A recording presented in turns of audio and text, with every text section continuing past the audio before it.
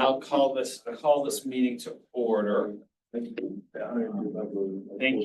for being here. And so as is required, I'll call the roll. Yeah.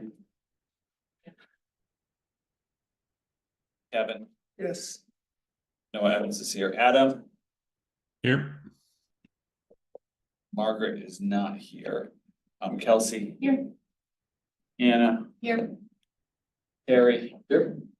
Emily is not here, and Tim here. Great. And we'll have guests this evening in just a moment with Jackie, the new mental health social services coordinator. So welcome. But first, we're going to approve the meeting minutes and then do citizens' comments. I'm going to change the order slightly. Is there any questions or comments on the minutes as presented?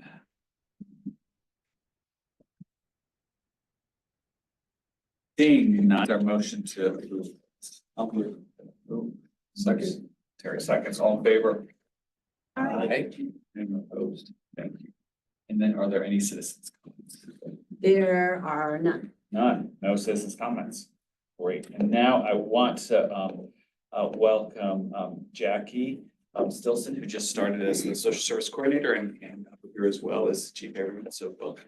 Very good. Well, thank you. Really, I just wanted to take a moment to introduce Jackie and the program.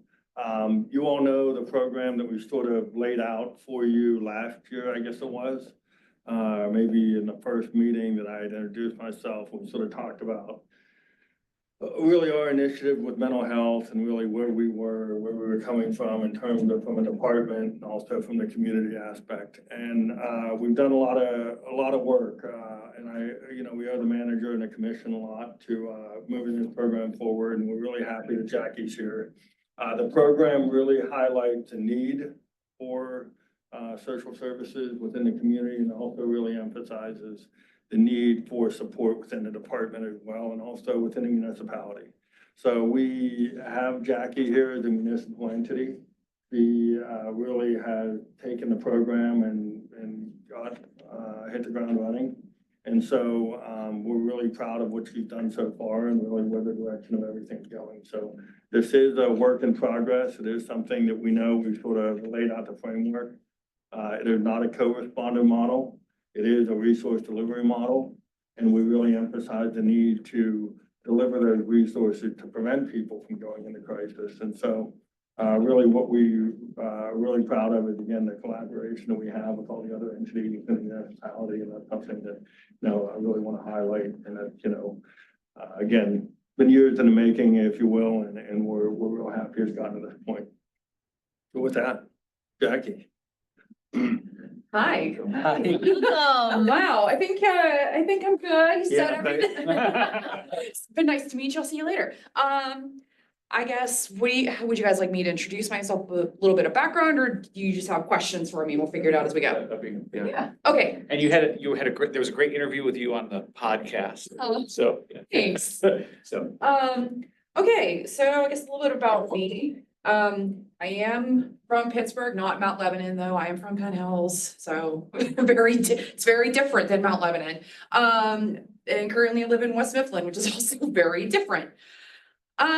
Anyway, so I have bounced around all over different populations in social work. I've been a social worker since, if we count internships and my placements in school, since 2010, I've been doing the work, so about 14 years.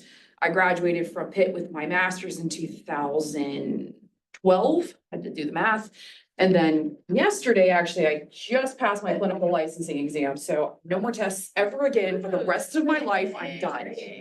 Yeah, that took a long time because it's a minimum of 2 years. So it was a lot, but I'm finally done. No more tests ever again in my entire life. So it's great. So anyway, before I came here, I'll just work backwards into how I got here. So my last job before this, I worked at Resolve Crisis Services. I was there for 7.5 years. You guys all familiar with Resolve? You are? Okay. It is a 988 affiliate, and I worked in all 3 departments. I was one of the few triple threats, as they called it. So I could work in the walk-in center, I could work the phone center, and my home department was mobile, where we did sort of co-respond and we did some sort of law enforcement adjacent work. Through that, I actually got connected with the South Hills CERT team. So I'm a negotiator on the CERT team. So sometimes whenever there is a call out, if they think that my presence will be helpful, I go out with them. I'm not allowed to be the person on the phone talking to the person, but I do everything else. I give them coaching advice, I take notes, I do whatever I can to be useful and helpful. And so far it's worked out well. Everyone's been really appreciative and they've all accepted me like a complete equal. There's been no question about why I'm there and what I do.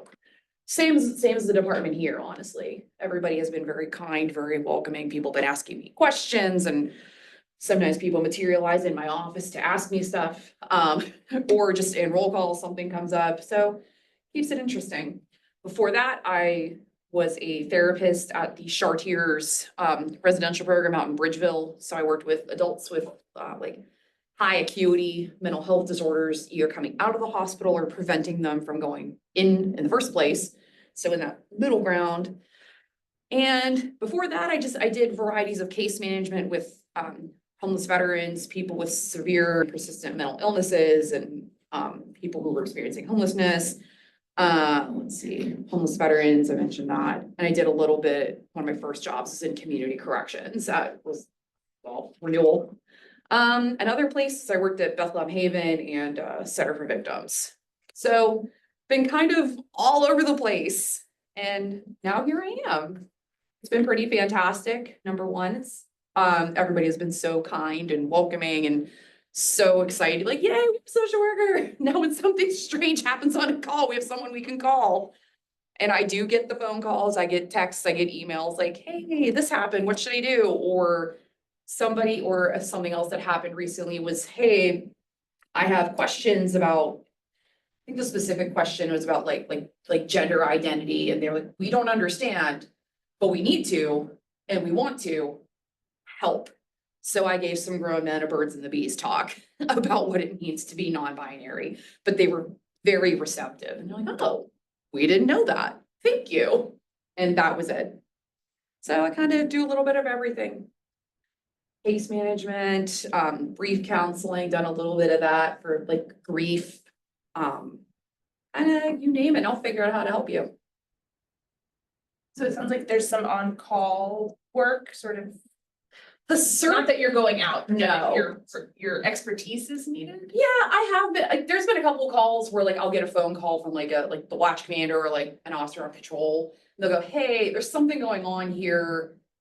We'd rather you get here sooner than Sure. later.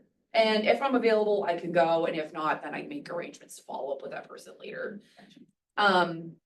It tends to be things that are very sensitive and sort of the officers acknowledging this is not my strength. This is not my strength. Like somebody's very upset and they need somebody who knows how to talk to someone who's upset. That's not me. Let's get you. So there's like a little bit, but not so, it doesn't come up very much. It's been a lot of this thing happened and we said, sounds like you need a social worker. And then they send it my way. It pops up on my screen, then off to the races with social work and the trappings of it, which is mostly a lot of phone calls. It's mostly phone calls and emailing. So for any call that you've been asked to be a part of, how long are you working with the person? I mean, is it like, is it just one instance of you having a conversation with them, or is there follow-up? It depends.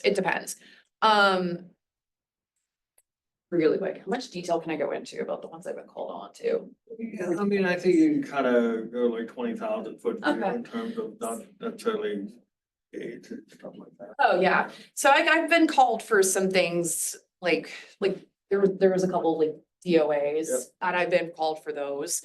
And it's mostly to like help support the family. There's a couple actually on my plate. One was resolved within like 2 phone calls. It was more important that I was there in the moment. That way the officers could go do their thing. And then I was with the family helping them process the really acute grief responses. And then I checked in like a couple of more times, said, hey, are you okay? Do you need anything? And then I was, you know what, we're fine. but we're glad that you're here. You have your number, we'll reach out. Then there's another one where that one's been a couple of weeks, but it's about to wrap up. So it's it depends on what's going on, like if they need additional assistance, if they need some support. It's not meant to be forever, like I can't be someone's forever case manager. Yeah. There's services for that. There's plenty of them.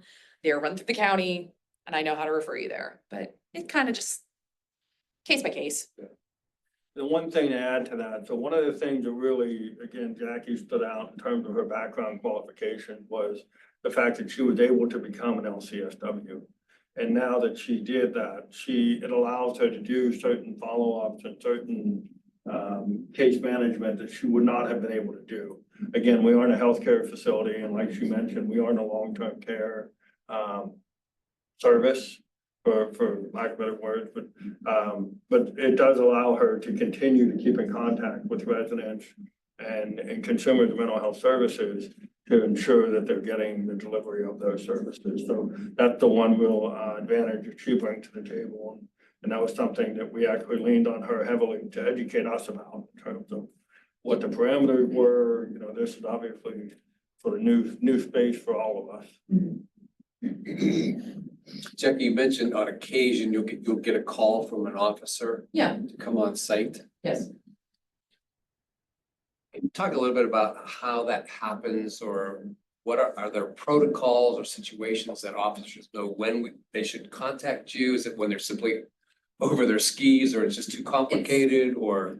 So thus far, there's not really a set protocol for them calling me. We leave it a lot to their judgment, and the officers exercise pretty great judgment as to when to call me, when I need to be on scene and when it can just be a follow-up. A lot of them, like, they either call, like I said, the watch commander, or some of them have, like, one of them has my cell phone number because he just happened to get it. So some of them will just call me directly and say, hey, this seems a little out of my wheelhouse. Like, one was like, this person is very emotional. It's not my thing. I'm not going to be helpful in this capacity. Can you help? Absolutely. Most of the time, it's like I said, kind of a judgment thing. And again, they exercise fantastic judgment. I've yet to get a referral where I look at it and go, why? What is my role in this? But it's mostly their judgment and saying this person needs some ongoing help that they don't have right now and that we cannot provide. So they need a middle person. As far as going on scene, to the original question, like I said, it's kind of like their judgment. And I even still, like, I could talk it out with them. Like, do you really need me there, or do you just need some advice? Sometimes it's honestly, oh, never mind. We talked it out over the phone, figured it out. We're good. And then other times it's, no, you should get here. And I figure it out, make it happen. We put a policy and procedure together specific to the social services program. So we added that to our existing policy and procedure. So we do have parameters set in terms of, from a safety perspective, from a, left and right boundary perspective for all involved. So everybody who is on a shift knows that she's been contacted if she has been. And then, again, the watch commander is aware as well. So sort of everyone understands the resources available when they're being utilized. Are you a 24/7 resource or during the day only? No, it's daylight. Simply for the pure purpose of, I just cannot be available 24/7. I'm a one-person operation. After hours, that would be when somebody can contact the police department, or they can contact Resolve or their appropriate crisis service. But I personally am not on call, aside from some, like, I think we decided very, very rare. Like a rare very major cases. critical incident Yeah. or something along those lines should be called out, or contacted at the very least. Yeah. And there's some people, like a couple of people that would say, like, well, I feel comfortable if you co-respond with the officers, and I've made it clear to them, that's not always possible. One person, but I will do my best to, like, follow up with you, to reach out. It's like, ideally my goal is within 24 hours, but like as soon as I can. But no, I'm not 24 hours. If you call me at 11 o'clock at night, my phone is in my bag. So it sounds like you're doing some preventative work in the community as well, sort of like identifying families who maybe know they have a family member or a child who's at risk of needing. Yeah, police that, called and just kind of keeping them on your radar, knowing what works for those families and. right now, because I'm in bed with the police department, it tends to come after an involvement with the police. Gotcha. But as far as like prevention, once we get a couple of, Or secondary prevention maybe, like it's Yeah. happened once and now. you're yeah, in connection. exactly. And it's meant to be like, okay, we're trying to prevent your your interactions Yeah. with law enforcement if they're not necessary. Sure. Or we're trying to prevent your interactions with going to the hospital or like trying to keep things as least restrictive as possible is what it's intended to do, and making sure that resources are being appropriately allocated. I know we're one of the first, right? I know Pittsburgh has a year-old community and health. Yeah, well, that's a little bit different, but similar, sure. And so we have, Hampton was sort of the first to, we kind of give, Chief Alakovich a lot of credit for, doing what he did. And he sort of had more of a responder, kind of co-responder model. That's Hampton PD. Then Ross Township has a similar program to them. And then Baldwin Township, Baldwin Borough, sorry, has a person they hired. So we're, There's, who else? yeah, there's Cranberry, Cranberry, Millville, yeah. Sharpsburg, Ross, Hampton, I think Wilkinsburg. But I don't know, none of us on the mailing list know who that is. We don't. But you do have some Yeah, bit they of a have a- cohort Yeah. adhered Yeah. to you. Yeah, we have meetings, we have like a group email where we can reach out to each other for resources and other, yeah. So it is new, and so, Yeah, I'm yeah. sorry, and so because of that, it's something that is sort of naturally occurring. Yeah. I mean, we sort of know that there's a need, and now we're sort of trying to get the need and the help in the right places.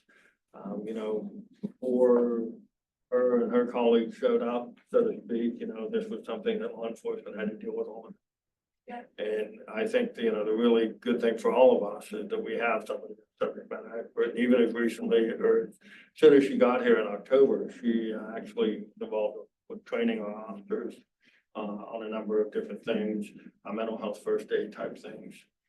So we really, again, I think, got a great resource with her, and I think she's the right fit for sure. So. Wonderful. I know being Department of One is hard, especially in a new program, so I'm glad there's some county-wide support or you're Yeah, making your own. yeah, they're all around, and when I first started, especially, Ross Jordan up at Ross Township was fantastic about supporting me. I went up and hung out with him for a morning and gave me the rundown on how his operation runs. But ours is pretty unique in that I'm not a co-responder. So everybody else is a co-responder. They co-respond, but I am not. We also are moving into a program. Jackie is starting to form relationship with some local universities to form an internship relationship. So that's something we're looking forward to. So that'll be a force multiplier as well. Yeah. You know, we're really trying to scrub some information, and we did that as we developed the program. We identified, I think, 62 homes in Mount Lebanon that we went to multiple times in 2023. Out of those 62 homes, I think we identified 22 of them that we went to up to 5 times. And so we sort of already started off with a sort of sample set, if you will, or a group of individuals and families that could use some help one way or the other, that we just weren't getting them. So we have enough, you know, again, that's 14,000 households to 30,000, which we have enough work, not that. So I think what really is also we're excited about is a lot of the programs involving the other entities in the municipality, the library, some of the things that Jackie's working with the librarian with Robin with about really doing some front end education and really sort of, you know, hey, this is what we can offer you, this is how we can help, and this is what you do. And again, we are complementary of the entities that exist, such as Outreach and Family Services. So we know Outreach has a longstanding relationship with our department. We sit on the board. So we continue to refer cases to them and make sure that, you know, they, again, are partners in this relationship. Sorry, I missed what you said about the 22 houses. So you identified the 22 households. And what's the program for those 22 households? Well, again, we sort of started off with that data set. Now, again, they have to receive the help, but again, Jackie has that information to say, okay, can start off with reaching out and saying, hey, how are things going? You know, again, people have to want the help, and what she's educated us on is people who are in consumers of mental health services sometimes have more disdain for the establishment than they do for a police officer showing up, because they feel like the system has failed them at various times throughout their involvement in the system. And again, we talk a lot about that in terms of her educating individuals that she's not part of the establishment, if you will. She's just there to get people the right things. And then the question, so if all the other departments you mentioned were co-respondent battles and you chose not to be, is there? What was the reason you chose that? What was the what? Reason that you decided to not be? Well, you know, we did a lot of research and what we feel like we could benefit from having Jackie and her expertise here. So what we really wanted to move into first was identification and resource delivery. We feel like our officers have enough a high level of training, more than most. They're all college graduates. They have CIT training, which is crisis intervention training. They have mental health first aid.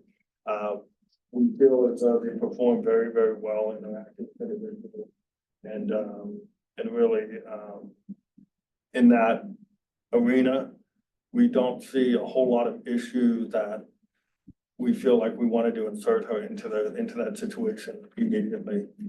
So right now, we feel like if we can identify those individuals and get the help to them, that's the model that we really are looking to see how it goes. Again, there's nothing saying we can't morph into something else, but we feel like right now this is sort of the right play until we can get the resources, you know, understand the program, the parameters of it. And sitting in roll call, honestly, because whenever I'm available, I attend the roll call for the afternoon shift. They talk very freely about going to mental health calls and saying, oh yeah, I know this person, I know how to talk to them, that we have a good relationship. So my being there is just a little bit extraneous in the moment.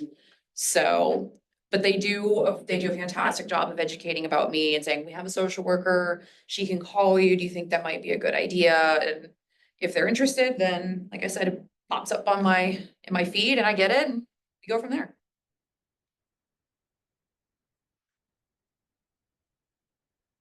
So maybe it's worth mentioning how to contact you and reach out, so.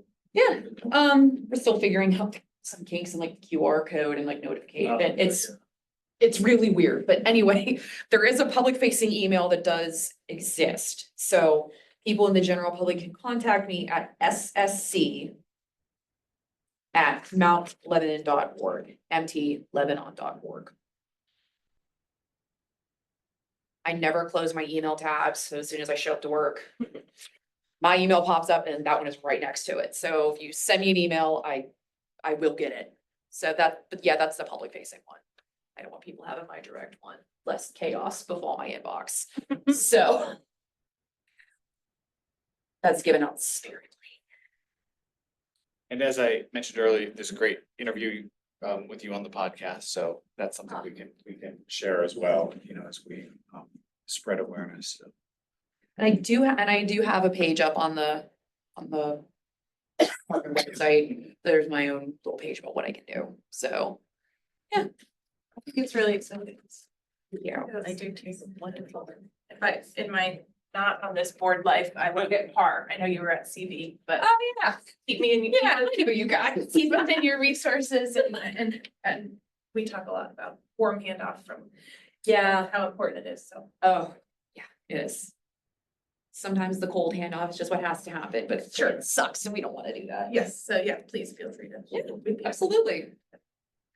And know that, you know, we're a resource to you as well, especially connecting with community groups or other, you know, aspects of the community that you feel that you especially want sort of entry to, that's something we can help. And, you know, several times a year, we sponsor, you know, like Coffee of the Cop and things like that. Yeah.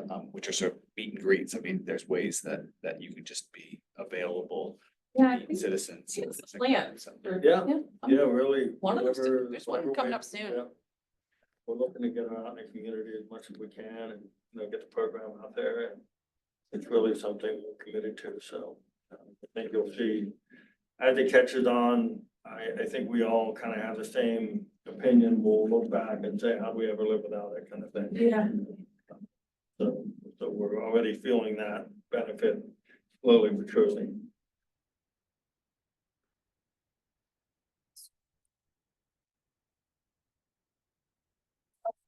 No, I didn't. That's a great question. No, I didn't. Your connection with students, in Oh. high school in particular. So I just on Friday sent out like mass emails to the guidance counselors, principals and everybody, and I'm setting up meetings to meet with everybody later in the month. Elementary got back to me the fastest, so for some reason they did. But either way, they all know I exist. At some point, they will check their email and see that I reached out. And also like there is a plan for me to go with Corporal Kegaris and Officer Miller into the schools to help present. That's sort of like a little bit down the line. We haven't figured out like what my topics will be or what I'm gonna do, but point is, at some point I will be part of that. Yeah, it's great. Thank you very much. Thank you for having me. Yeah, no, thanks, we appreciate it. I think adding this position could be a game changer for our community, so.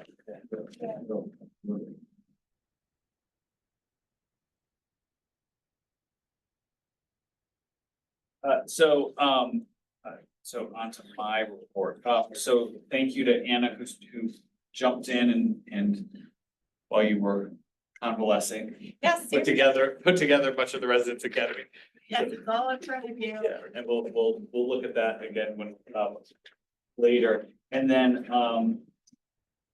our Commissioner Ann is actually in the hearing, so that's why she's not here, but, Kevin, Margaret, and I, met with her to talk about a number of DEI topics.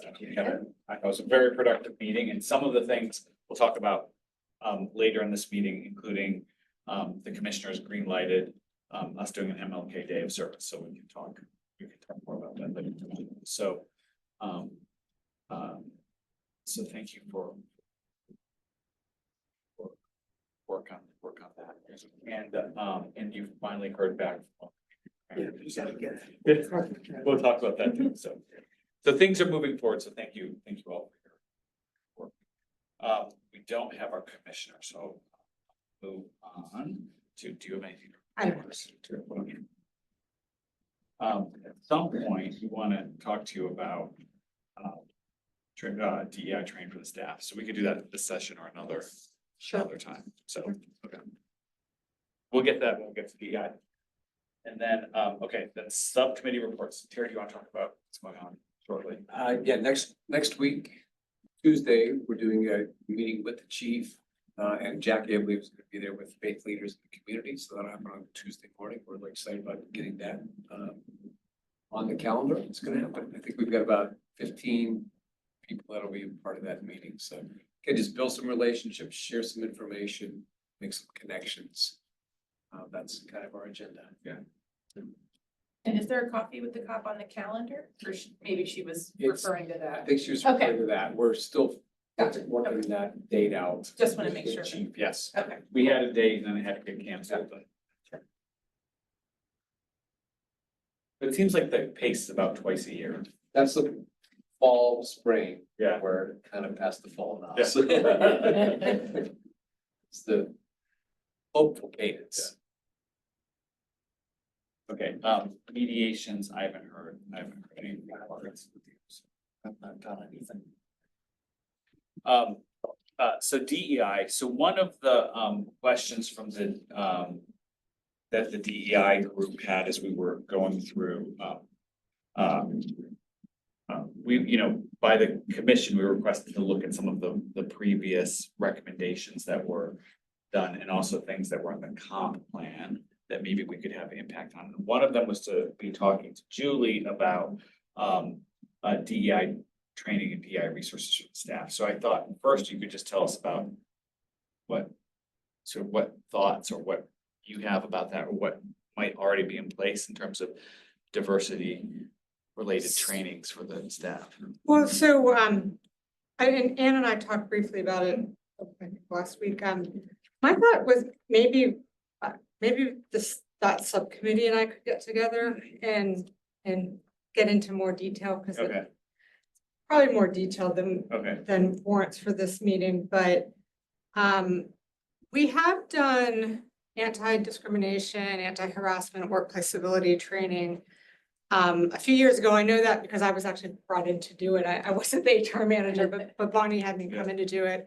And it was recorded, and we did 2 live sessions, and it was recorded, and Bonnie asked employees to watch the recording. We have a large workforce, and they're all in different buildings, and some of them are part-time, so like it's hard to cover everybody live. Even just to get all full-time, you'd probably have to do 8 live sessions, because you've got library, fire, police that work 3 shifts, recreation, this building. But in any event, but a few years have gone by. I actually do think that was done as a result of recommendations from that DEI committee. So I hope that committee doesn't feel like that wasn't. I don't know if that ever got back to you that we actually did that training. But we did. so it did, and so what I remember, this is one of my questions, is that what I remember is that, so the recommendations were put out, and then there were some trainings that were done right then. And you may have been part of that, and then my sense was, I wasn't sure if it continued. So, I mean, that was one of my questions. Right, so, I know one department that has all new hires during their orientation process watch the video. Yeah. We are sort of siloed department-wise, and because we're all in different buildings, some departments are a little more autonomous than others, so that, I know one department head in particular that took it upon herself to make sure every new hire watches that video. I would like to implement something similar. I've only been here 11 months, so I'm still, and I'm a 1-person HR department. For 350 employees during the whole year, and 500 in the summer. We hire additional in the summer. Julie, is there standard annual training that every employee has to do? I can't say that we've done it every year. I think the year I came in was probably 2022, so I think it's been 2 years. So you could institute do they do annual performance reviews? Yes. So couldn't DEI or any safety training, anything? I just came from an academic institution, medical institution, and that was required every year. You couldn't get a raise, you didn't, as part of your performance review, you had to do all those modules and demonstrate that you had that. Yeah, I think the logistics that we have to decide is, do we want to do it live or not? The EEOC really recommends live training because it's more interactive. And we can do that, but that does entail probably 7 or 8 different sessions. It's just too hard to get everybody. So, and we can do that. It's just, we've got to organize that. We've never paid for to purchase training modules that are available for purchase online. We could consider doing. I do like the live. I agree the live training is better. And it can be more tailored to your workforce. But so as far as the training itself goes, I mean, I definitely put an emphasis on workplace civility topics because the EEOC years ago started stressing that as an important component of any anti-harassment training, the idea being that, it sort of all starts with building a culture of civility and, so that situations that don't turn into an actual unlawful hostile work environment, kind of nip it in the bud. I like your idea of getting together, having a longer discussion, because there's a million questions on this, so you would have, but just one comment is. During my career, I took a lot of classes in various courses, to me, the most impactful one I ever had was talking about your internal, biases that you don't recognize, unconscious biases. And with so many people interacting with the public. I personally, I mean, maybe I'm wrong about this, which I'd be fine to hear them.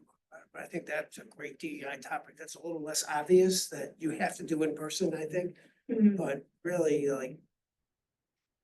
Getting people to understand that. I've seen, I had to watch a video when I worked at one large national firm for a year before I came here. Prior to that, I worked somewhere here locally for 12 years, a smaller employer. But anyway, this year I spent at a large national company. I watched a video that it covered unconscious bias. It was kind of bland. I mean, it did its job. I mean, it was on point, but I don't know, bland's the best word I can come up with. You sit in front of a screen and, I'm sure you can come up with some more exciting. Yeah. Anyway, that's just my 2 cents on that. Yeah, if we want to find time to meet for that subcommittee to meet. Right now I am in the middle of open enrollment for healthcare for all employees, and we also in January we'll have the fire chief assessment center occurring at the end of the month. So we can have the DEI committee have that conversation, or I can create an ad hoc group. So if there's if it's something that you're interested in, anyone in the board is interested in, let me know, because we still have to keep our 4 people group together, and then some people, the DEI committee cannot come to that, and then we can get other, especially if you feel you have interest or expertise in that area. So what's that? I have a lot of interest in this. I know you do. So, all right, well, thank you for your openness. We forward to continuing that conversation. Great.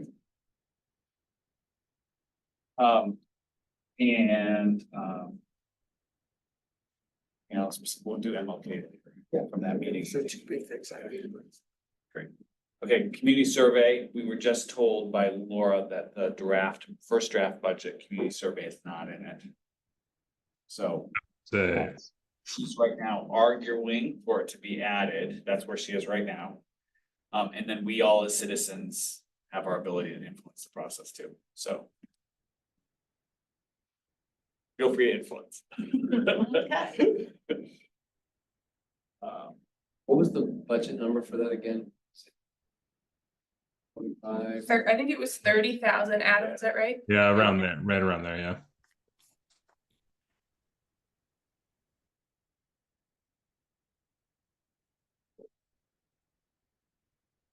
Good We information wait, to we have. wait and see, and also, watch the tape of the conversation. Going on the other room.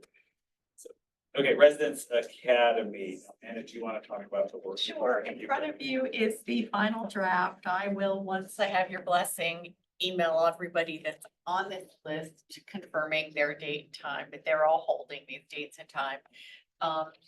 We could not, last year, the library tour, the January 23rd session was held at the library. They don't have a room available, so we're gonna still start this tour at 6, but the class will start at 6:45 to accommodate people walking back. We're still waiting for Phil to identify somebody from the Historic Preservation Committee. Apparently, there's only 3 members. He's out of town, and so he's trying to find somebody else. And I was going to email Jason after this and see if Jackie could be part of that January 30th discussion.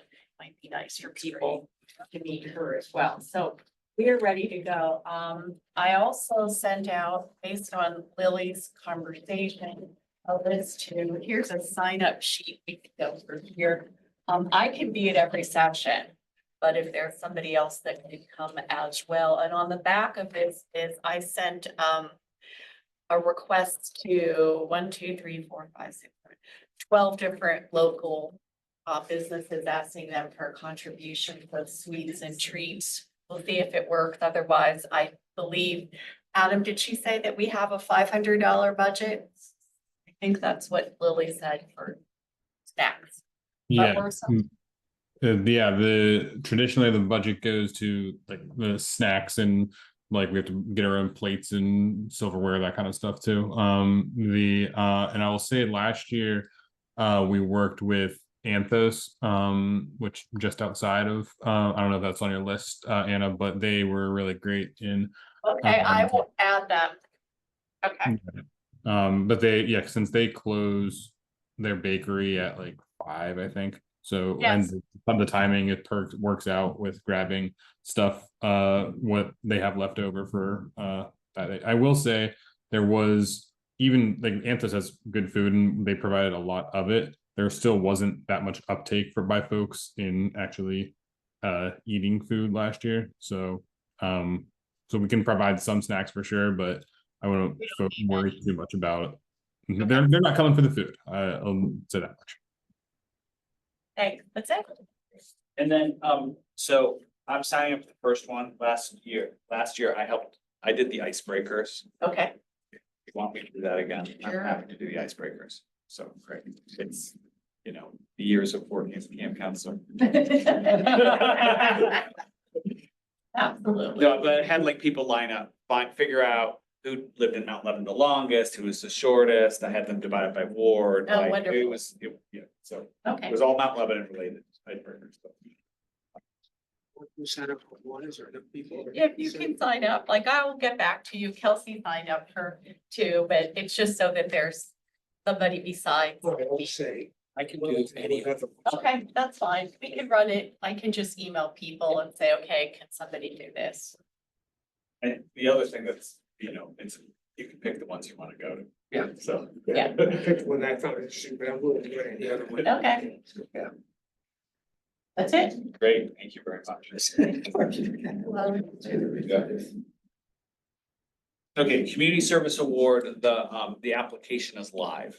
So, please share it, distribute it, nominate people for it. Anyone who's, us or anyone who's related to us is not, doesn't qualify, but, we should be suggesting nominations, and then, the due date, I think, is in the winter. So that committee will be get to work. I think Margaret said it was either January 31st or February 28th, one of those. Yeah, and it's in the you'll see it it's in the magazine, and stuff. Do you know if historically we've shared that with like the youth sports leagues? I was reflecting on the dedication of like my son's coaches this season and thinking about the community service award, and I'd be happy to do some outreach there if it hasn't. Yeah, I think you should do it. If I'm not stepping on toes, that's all. Yeah. We have, so we have gotten nominations in the past, definitely for that community. Great. But I think you should. Okay, Yeah. yeah. It's one of those things where like, there's no submissions until like right before the Yes. deadline of the. I figured, yeah. We can create some false urgency. Kind of like, well, we have 2 nominations and that's like right before us. Yeah, yeah. Okay, and then certified welcoming. Oh, so, hey, they responded to me and then like after they responded, like they kept responding. It's like, I don't know what happened. Like, I woke up from some long hibernation or something. Yeah. So, yeah, so they're willing to have they did say that we did interpret the website right, that we had to apply again to a form. So we have time, it's not, but, they were willing to have a conference call for us to understand a little bit more about the process, and hopefully, in the call, we'll be able to ask them if we can get some sample applications, so we can see what depth we have to go to. So, all's good there, we just need to come up with a time. If you want to be on it, did you? Yeah, if I may have missed it, so sorry. Yeah. But I said, yeah, Emily, honestly, she's been tired of putting some of my stuff, but if you want to be on the call, why not? But Yeah, we did. Why don't you schedule a call later if it works? Then Yeah, I was wondering if we wanted to have a pre-call to say, here's the questions we want to ask, or we just want to just jump in there and ask them. I can send around some, I think what I'll do is I'll just draft some sample Okay. questions and send Yeah. around you guys, and say, here's the questions I was thinking, do you have any other ones you want to add? Here's when the call will be. Yeah. And then we'll do it, but I think the biggest thing would be get a sample, some successful Yeah, applications, so we know what kind of detail we're gonna need, and we get a jump on some things, so, and getting Dormont's application at some point. yeah. I think, yeah, because a lot of the service provider stuff is gonna be, it's identical. It's gonna be identical, so, So, that's all, seems good news. great, thank Can I you. just ask one question? Who are you gonna set up the conference call with? Certified Yeah. welcoming. Certified welcoming. Certified welcoming. Oh, so the subcommittee. Oh, sorry. Oh, okay. They're the outside organization, we're trying to get them to. Okay, got it. They're the ones who give us the certified welcoming board, but it's been hard to get in touch with them. Okay. because Thank you. They're not very welcoming, but now Now they and now are. they're welcome. So, yeah, so the DEI subcommittee on that. Yeah. Right.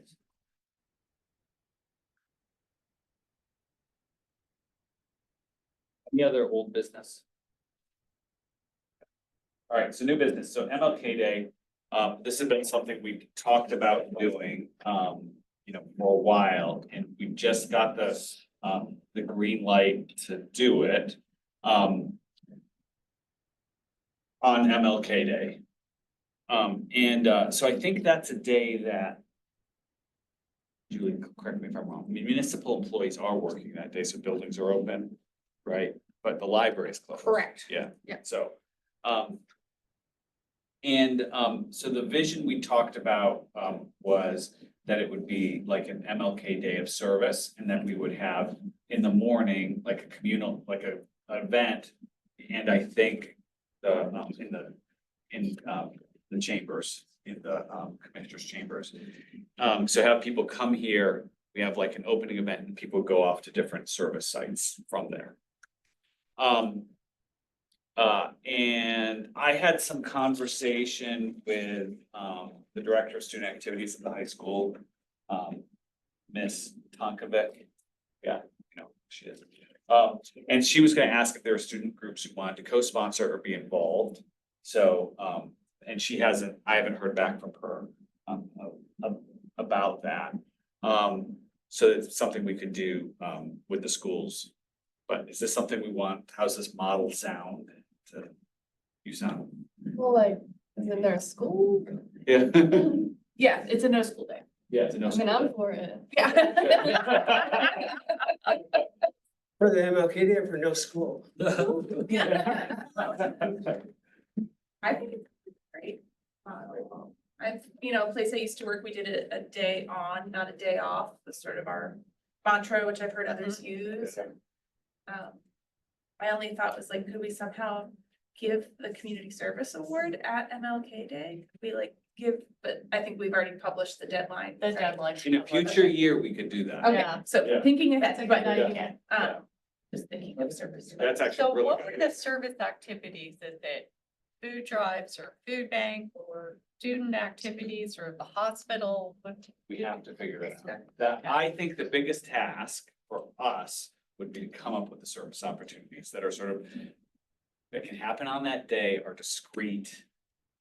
That are, ready for a group of kind of untrained volunteers to show up for a few hours, so Do we have a committee for this? I don't remember. that's what we're talking about now. I would be happy to head up this committee. Sounds like a great. Right, I'm happy to make some calls and try to. Play. And then I have We a, need to make like a motion for that. Great question. Laura usually tells. us. Yeah, I can just hear her saying it right now. all right. Is there a motion to sponsor, to run a municipally sponsored MLK Service Day on Martin Luther King Day with an opening event here in the municipal building, and then service opportunities following? Yes. Kevin, Second. second, all in favor? You already have your volunteer. Great, headed. okay. Great. Kelsey, Kevin, Yeah, it's not doing help Okay, too. Anna. Okay, so there's I have a member of, there's a member of my staff, Reverend Theodore Soames, who I said, do you want to do this? And he said, yes. So, Great. Love it, because we can have non-committee we have members. non-committee members on our committees. Okay, So- and your name's Phoebe. We have a high school. Wait, can I have Phoebe And you too? can have Phoebe. Yeah, she's not I voting. think, I mean, and I We think. wanna know, but no high schooler would I'm possibly thinking want to that, do that. because I sat next to Nemette at a event Monday, I think she would do it too, Okay, so. okay, I didn't know if See you her guys at- had gotten assigned to different Do boards you or guys see, something. do you see her at school? Yeah, here, So can you like you guys text me. volunteer her onto Here, the- yeah. You're Or tell her, you guys can both text me and we'll make it work there. Yeah, oh my gosh, yeah. And actually, Matt's dad is very good at finding service opportunities too, so. Great. Because he's the outreach coordinator for the Cultural Center. So, yeah, so. Wonderful. Okay, I forgot what's called. That's okay. No, I love it. I think this is very exciting. And Very. do you feel like there'd be, like, what percent of people that would volunteer for this would have transportation? Do you think? Like me and Nemette, or like? You mean like people who would come to the If we day? come to that, will they have a car? They, Yeah. so we what, like half, who would have a car, you think? Or? So we I can can, call people in my car. yeah, so yeah, we can count on some people. Yeah. Yeah. We'll give it that, right, we said. Yeah, people. Sure, Mr. Yeah, I will convene a Zoom okay, call of sort. okay, but here's the challenge. No money. I No money. assume. No money. Yeah. But the other challenge, Laura had generously reserved us a piece of space in the magazine, except we need an event name Okay. and some basic information by November 10th. That's Got it. Breaking news, as I have just come from the budget meeting, they did bump up your $32,000 request for further conversation. So it was not Yay. funded by the manager, but the commission said, let's talk about it. So the way that works, whenever they get through everybody's presentation, they have all the things that the commission would like to reconsider. They take the pot of money that they have to fund things and they start moving things over to the funding column until they run out of money. And they debate them as they go. So your funding request is not dead, and there may be money in there for MLK Day and Juneteenth, because there was a $2,000 request, if you remember. Yeah. So I will keep you posted on where that stands. You Great. can also speak at the public hearings and at the regular commission meetings to ask that be elevated. You can send them emails, however you'd like to reach out to them. Be active citizens. Okay, great. And so as we were talking MLK Day, this is an idea, this is not this year, but some future year. If this becomes a regular thing, that may be an event, presenting our service award at some future year. It could be. It's normally part of our volunteer recognition dinner, Yeah. where we have everybody, every other year, we have a volunteer recognition dinner. So it's usually there because then Yeah, seems like a better place. This is like a bunch of kids. Well, not when we get hundreds of people coming to this event after we really get it going. Bring it on. Back to the commission chambers. So when you put in the magazine, are we gonna open this up to community adult? Is this just for the kids or so Yeah, anybody? yeah, else? exactly. Yeah, anybody. Anybody. Yeah, and I think it'll be We important. just have to figure out what exactly. That's right, what we're gonna do with this good energy, and I think it'll be important to think of, knowing that like when my son was younger, I wanted to be able to bring him to something, so. If there are activities that we can do where families can do it together. So yeah, lots of brainstorming to the end. So, I mean, what Laura said to me is, we need an Title. event name, Okay. a basic description. We probably should have a link to a sign up sheet. Now, and then we can push out more information later Okay. on social media and other things, but the magazine is like, Getting ready to go to print. yeah. That's what I'm hearing. Okay. Event name, basic description. Do we have a time frame based on like when we're allowed to use space in the building?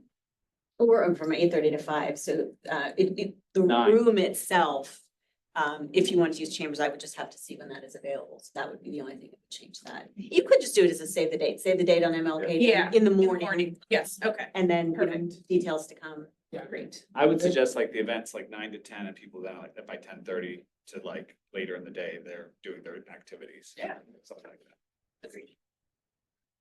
Great, all right. Great, thank you. Elsie is the chair. And then if there, of course, if there's other people in the community you think would like to be involved in this, we can have we can have the planning committee can have non-board members. Great. Okay, anything else? Okay. So our next meeting is Wednesday, December 4th at 6 p.m. So, You'll be back in here because there'll be another budget meeting. okay. For example, will not be there. Oh, happy birthday. Okay, so I Thank you. adjourn, declare this meeting adjourned. Yeah, good job.